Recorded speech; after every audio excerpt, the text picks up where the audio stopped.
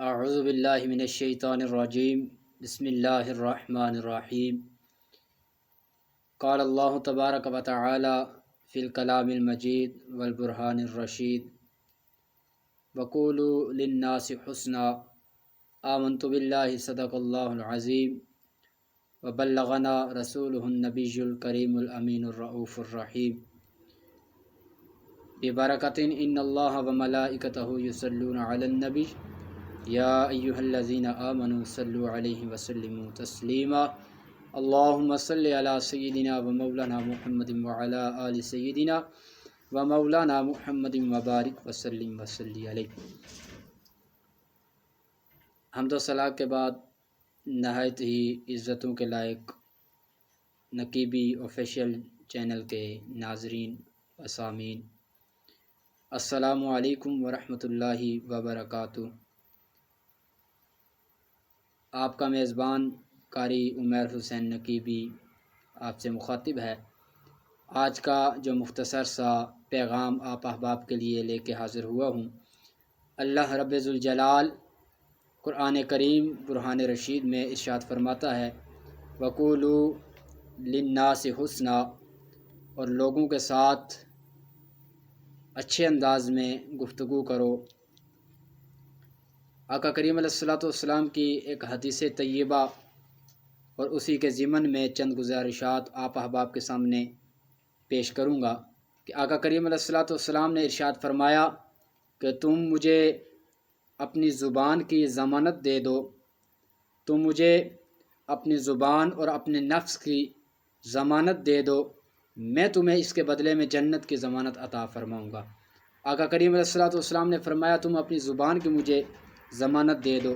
آج جتنی ہم دیکھتے ہیں تباہی ہمارے معاشرے میں، جتنا فتنہ فساد اور جتنا ہمارے ہاں جو تباہیاں برپا ہیں، اس کی فقط ایک وجہ ہے کہ ہم اپنی زبان کا استعمال جو ہے وہ صحیح نہیں کرتے۔ ہم اگر بولتے ہیں تو غیبت بولتے ہیں تو جھوٹ بولتے ہیں تو چغلی کھاتے ہیں، اگر ہم بولتے ہیں تو کسی کے خلاف پروپیگنڈے میں ہماری زبان بول رہی ہوتی ہے، حالانکہ آقا کریم علیہ الصلوۃ والسلام نے اس چیز سے منع فرمایا ہے۔ اور پھر ایک بہت ہی پیاری روایت سیدہ طیبہ طاہرہ سیدہ عائشہ صدیقہ رضی اللہ تعالی عنہا آپ فرماتی ہیں کہ ایک دن آقا کریم علیہ الصلوۃ والسلام کا دریائے رحمت جوش میں آیا اور فرمایا اے عائشہ مانگو، کیا مانگنا چاہتی ہے تمہیں عطا کیا جائے گا۔ آپ فرماتی ہیں میں نے عرض کی یا رسول اللہ صلی اللہ علیہ وسلم فداک ابی و امی یا رسول اللہ، میرے ماں باپ آپ پہ قربان جائیں یا رسول اللہ صلی اللہ علیہ وسلم، اگر آپ اجازت دیں تو میں اپنے ابا جان آپ کے یار غار سے میں مشورہ کر کے آ جاؤں، آپ کے رفیق سے میں مشورہ کر کے آ جاؤں، آپ کے صدیق سے میں مشورہ کرنا چاہتی ہوں، میں ان سے مشورہ کر کے پھر آپ کی بارگاہ میں دستے سوال بلند کروں گی۔ اب آپ آئیں تو سیدنا صدیق اکبر آپ متعدد بار یہ روایت سن چکے ہوں گے، میں اپنے جو موضوع ہے اس کی طرف بڑھتا ہوں کہ سیدنا صدیق اکبر رضی اللہ تعالیٰ عنہ سے جب بات ہوئی تو آپ نے فرمایا کہ جاؤ عائشہ پیارے نبی سے پوچھو کہ معراج والی رات جو آپ سے راز و نیاز کی باتیں رب نے کی تھی، ان راز والی باتوں میں سے کوئی ایک بات مجھے بتا دیجئے۔ اب اور پھر جب آقا کریم علیہ الصلوۃ والسلام تمہیں وہ بات بتائیں تو پھر آگے مجھے وہ بات لازمی بتانا۔ اب سنیے آقا کریم علیہ الصلوۃ والسلام کے غلاموں، آقا کریم علیہ الصلوۃ والسلام کی بارگاہ اقدس میں جب سیدہ پاک تشریف لائیں، آگے ام المومنین سیدہ عائشہ صدیقہ رضی اللہ تعالی عنہا نے آپ نے جب عرض کی یا رسول اللہ صلی اللہ علیہ وسلم ان راز والی باتوں میں سے کوئی ایک بات مجھے ارشاد فرما دیجئے، یا رسول اللہ کوئی ایک بات بتا دیجئے، تو سنیے آقا کریم علیہ الصلوۃ والسلام آپ نے جس بات کو نہ جانے کتنی باتیں ہوئی ہوں گی وہاں پہ راز و نیاز کی، اپنے حبیب اور محبوب محب اور محبوب کے درمیان کتنی باتیں ہوئی ہوں گی، لیکن آقا کریم علیہ الصلوۃ والسلام نے جس بات کو بتانا سب سے ضروری سمجھا،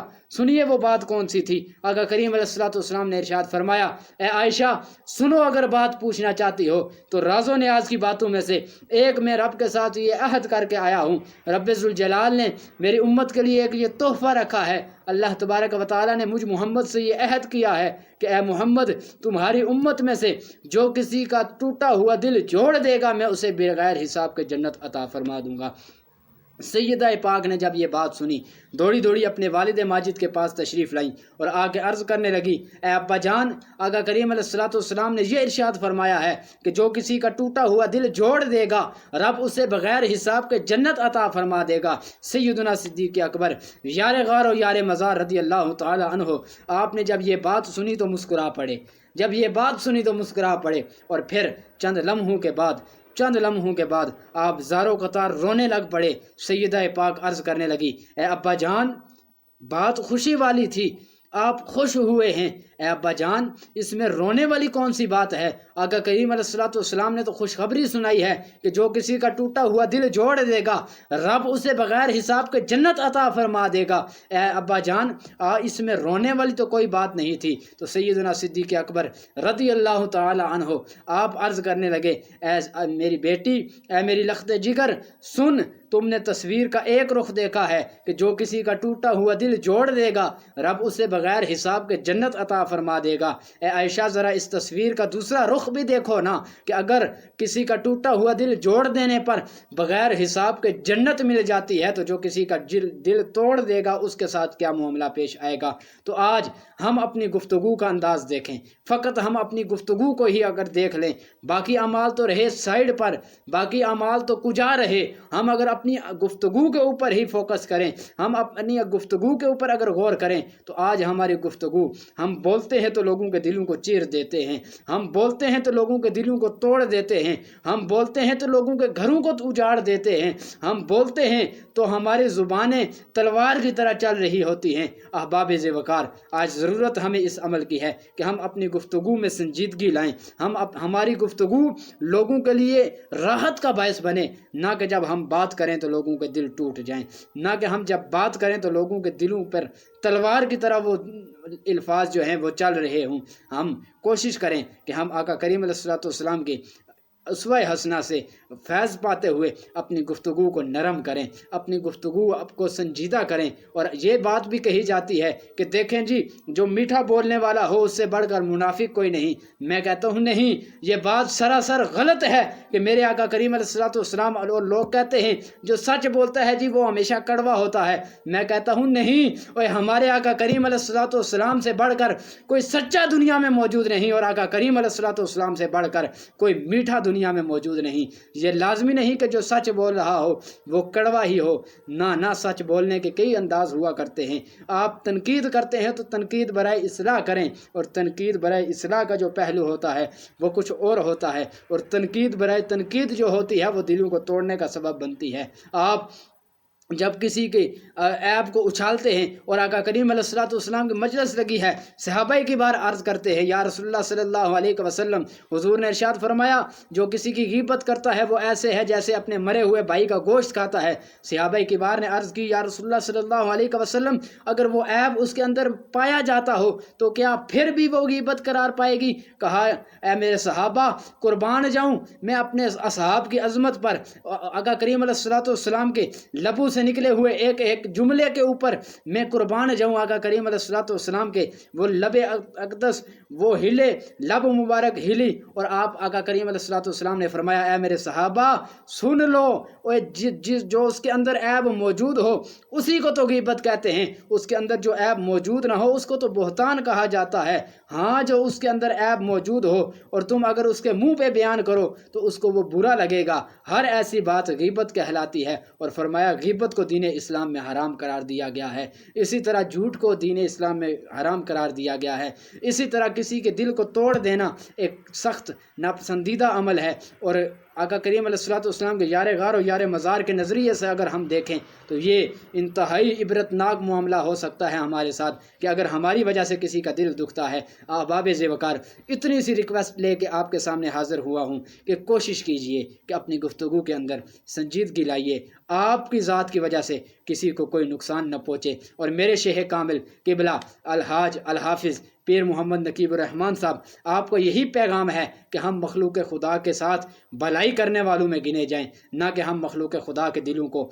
توڑنے والوں میں اور مخلوق خدا کو تکلیف پہنچانے والوں میں گنے جائیں۔ اور میرے شیخ کامل، آپ اکثر فرمایا کرتے ہیں، اور صاحبزادہ قبلہ صاحب آپ اکثر فرمایا کرتے ہیں کہ ہمارا دین تو وہ ہے کہ جو ایک کتیا کے بچے کا بھی تحفظ کرنے کا ہمیں سبق ارشاد فرماتا ہے، تو ہم یہ کیسے ہو سکتا ہے کہ مسلمان ہو اور اس کی وجہ سے اس کے آس پاس والے تکلیف میں ہوں، مسلمان ہو کر وہ مخلوق خدا کے لیے تکلیف کا باعث بنے، اشرف المخلوقات کے لیے تکلیف کا باعث بنے۔ تو یہی میرے مرشد خانے کا پیغام ہے، اور میں بھی آپ احباب سے یہی ریکویسٹ لے کے حاضر ہوا ہوں کہ کوشش کیجئے کہ ہم اسوہ رسول کو اپناتے ہوئے، ہم طریقہ رسولی پر چلتے ہوئے اپنی گفتگو میں سنجیدگیاں لائیں، ہم اپنے کردار میں، اپنے اخلاق میں سنجیدگیاں لائیں، ہمارے اخلاق کی وجہ سے لوگوں کو فائدہ پہنچے، ہماری ذات کی وجہ سے لوگوں کو فائدہ پہنچے، نہ کہ ہماری ذات کی وجہ سے لوگ تکلیف میں مبتلا ہوں۔ امید کرتا ہوں کہ آپ کو یہ پیغام پسند آیا ہوگا، اور یقیناً ہر بندہ مومن کو پسند آنا بھی چاہیے کہ میرے آقا کریم علیہ الصلوۃ والسلام کے اسوہ سے بڑھ کر کوئی اسوہ دنیا میں ہو نہیں سکتا۔ میرے آقا کریم علیہ الصلوۃ والسلام کی سیرت مقدسہ کے علاوہ کوئی اتنی پاکیزہ سیرت ہو نہیں سکتی۔ میرے آقا کریم علیہ الصلوۃ والسلام کے سکھائے ہوئے سبق سے اعلیٰ اور اس سے افضل کوئی سبق دنیا کا ہو نہیں سکتا۔ تو ہمارے لیے یہ مشعل راہ ہے کہ ہم آقا کریم علیہ الصلوۃ والسلام کی سیرت طیبہ پر عمل پیرا ہو کر زندگیاں بسر کریں۔ اللہ تبارک و تعالی ہم سب کو دنیا و آخرت کی کامیابیاں عطا فرمائے، اور آقا کریم علیہ الصلوۃ والسلام کی سچی پکی محبت، اتباع اور فرمان برداری میں زندگیاں بسر کرنے کی توفیق عطا فرمائے۔ اللہ تبارک و تعالی ہمیں ہمیشہ آقا کریم علیہ الصلوۃ والسلام کا نمک حلال رکھے، آقا کریم علیہ الصلوۃ والسلام کے غلاموں کے ساتھ اور آقا کریم علیہ الصلوۃ والسلام کی بتائے ہوئے تعلیمات کے مطابق زندگیاں بسر کرنے کی توفیق عطا فرمائے۔ ہمارے اس چینل نقیبی آفیشیل یوٹیوب چینل کو بھی سبسکرائب کر دیجئے، اور ساتھ ہی بیل آئیکن کو بھی دبا دیجئے تاکہ آپ تک ہماری مزید ویڈیوز پہنچتی رہیں۔ دعاؤں کا طالبگار ہوں، اپنے بھائی قاری عمیر حسین نقیبی کے لیے بالخصوص دعائیں کرتے رہا کیجئے کہ اللہ تبارک و تعالی مجھے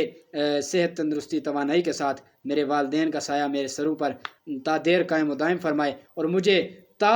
تم آخر حق بات بیان کرنے کی توفیق عطا فرمائے۔ وما علیہ الا البلاغ۔ پھر ملیں گے ایک نئے پیغام کے ساتھ، تک کے لیے اپنے بھائی قاری عمیر حسین نقیبی کو اجازت دیجیے۔ اللہ تبارک و تعالی آپ تمامی کو دنیا آخرت کی کامیابیاں عطا فرمائے۔ السلام علیکم ورحمۃ اللہ وبرکاتہ۔